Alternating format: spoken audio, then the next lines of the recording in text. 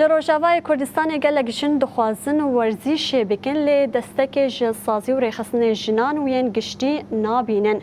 روحیل سعید آگوش 10 سالی خوبه لبر دست راهینر کی میر پرورده آفجانی دیتیه دازانین کو او یکم راهینر آفجانی جنانه.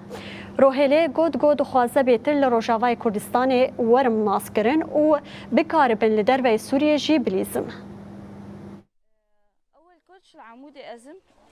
جبو جنان طبعا أز نجنا تاني دربينم جن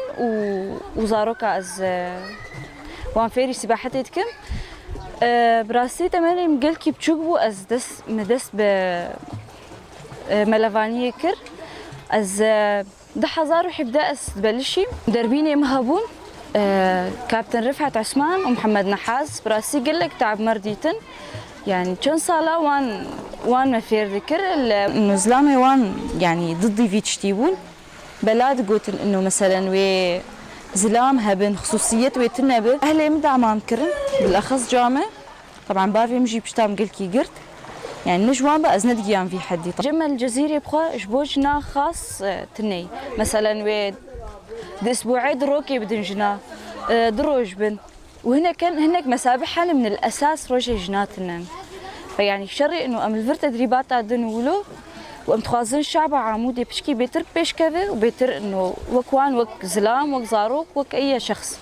ام تخازن روجي واجي انه ما هشت البيدك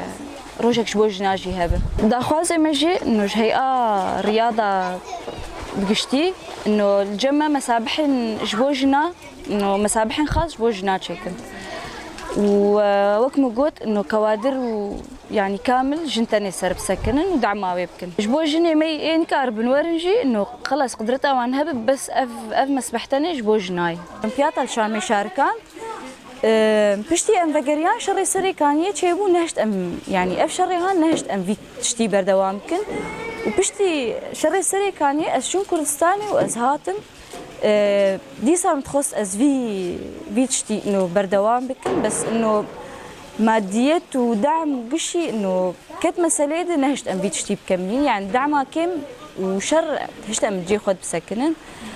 فاستخوازم جيلي انها اسبوان دس بيت كم دعمك خرط جوار هبه وام كاربن مثلا يعني